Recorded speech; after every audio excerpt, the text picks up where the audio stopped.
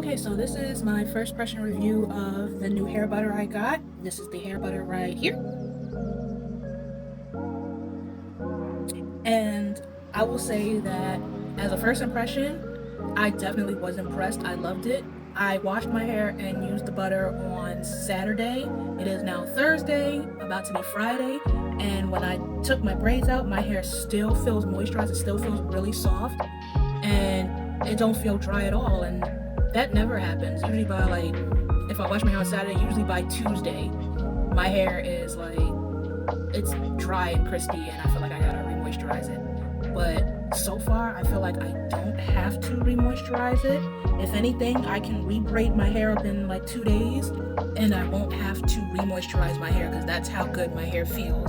Now, by the end of the week, let's say on Sunday, we'll see how good my hair held up. But so far, with this combination, this is the combination I use, by the way, to moisturize my hair.